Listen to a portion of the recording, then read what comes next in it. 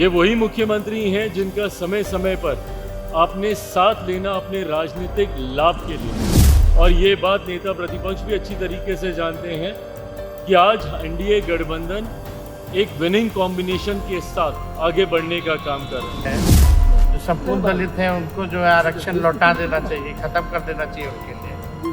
तो अपने घर से ही शुरू क्यों नहीं किया? अमित शाह जी ने किया बाबा अम्बेडकर को, कहाँ गए दलितों के नेता? चिराग पासवान जी। देखिए, ये कहानी हम बताने जा रहे हैं आपको आज चिराग पासवान और तेजस्वी यादव की। चिराग पासवान जो स्वर्गीय रामविलास पासवान की विरासत को आगे बढ़ा रहे हैं, दूसरा तेजस्वी यादव जो लालू प्रसाद यादव की राजनीति को आगे बढ़ा रहे हैं।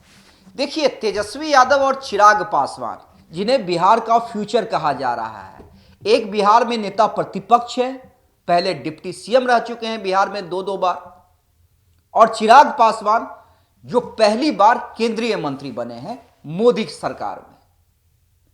देखिए, दोनों अपने अपने जगह फील्ड में मेहनत कर रहे हैं।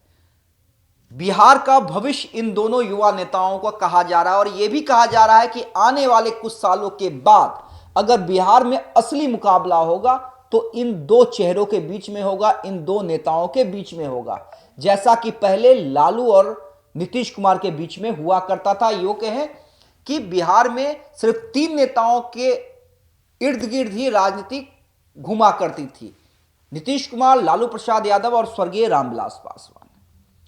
हालांकि देखिए, 2020 में चिराग पासवान ने अकेले लड़ने का निर्णय किया था।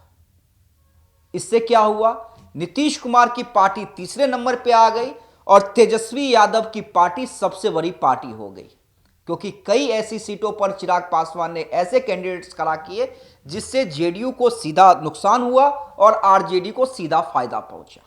यही कारण था कि राजनीति में दोनों अलग अलग विचारधाराओं से जुड़े रहे, लेकिन कभी दोनों के बयानों में एक दूसरे के खिलाफ तल्खी नहीं आई।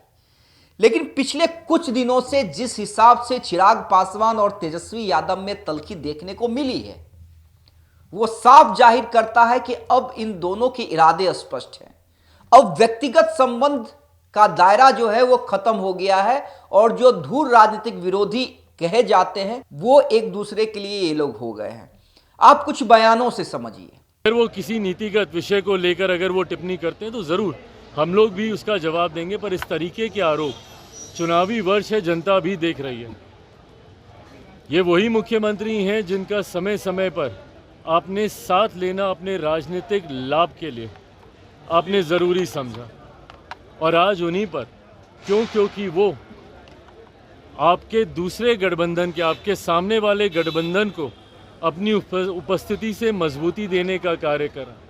और ये बात नेता प्रतिपक्ष भी अच्छी तरीके से जानते हैं कि आज एनडीए गठबंधन एक विनिंग कॉम्बिनेशन के साथ आगे बढ़ने का काम कर रहा है। उपचुनाव में हम लोगों ने इस बात को प्रमाणित भी करके दिखाया। उपचुनाव में जहां एनडीए के तमाम प्रत्याशियों का 100% स्ट्राइक रेट रहा, इस बात की घबराहट यकीनन विपक्ष में है। चिराग पासवान किस हिसाब से तेजस्वी यादव को बार बार उनके पिता और माता के कार्यकाल को याद दिलाते हैं। पहले कभी चिराग पासवान ने ऐसी बातें तेजस्वी यादव के लिए, लालू यादव और राबड़ी देवी के लिए नहीं कही थी। मैं 6 महीना 7 महीना पहले की बात कह रहा हूं। और तेजस्वी यादव भी चिराग पासवान पे 1-2 लाइन कह के निकल जाते थे।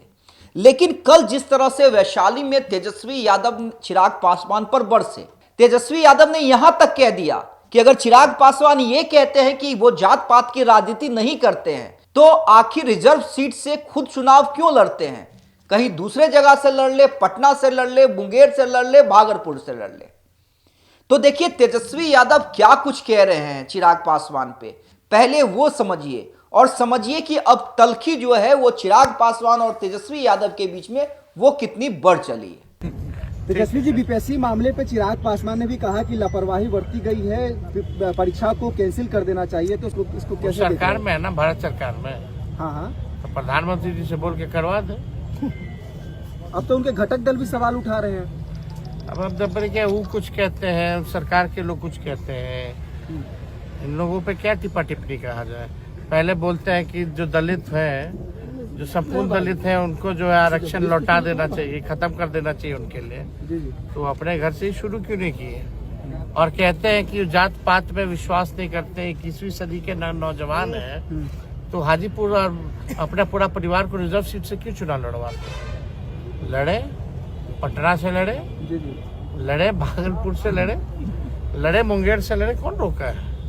अगर वो जात पात में विश्वास नहीं रखते तो आरक्षण का लाभ क्यों उठा रहे? बाबा साहब को कलंकित जिस दिन अमित शाह जी ने किया, बाबा अम्बेडकर को, कहाँ गए दलितों के नेता? चिराग पासवान जी, देखा आपने, सियासत इसी को कहते हैं। सियासत में व्यक्तिगत रिश्तों के कोई मायने नहीं होते हैं। सियासत की एक ही मंजिल है, किसी भी कीमत पर सत्ता के शीर्ष पर पहुंचना। और आने वाले दिनों में, जैसा कि मैंने पहले ही कहा, कि मुकाबला इन दोनों युवा नेताओं के बीच में ही देखा जा रहा है। और शायद यही कारण है कि व्यक्तिगत रिश्ते से इतर अब ये दोनों एक दूसरे पर तल्ख होते जा रहे हैं। बहुत बहुत धन्यवाद।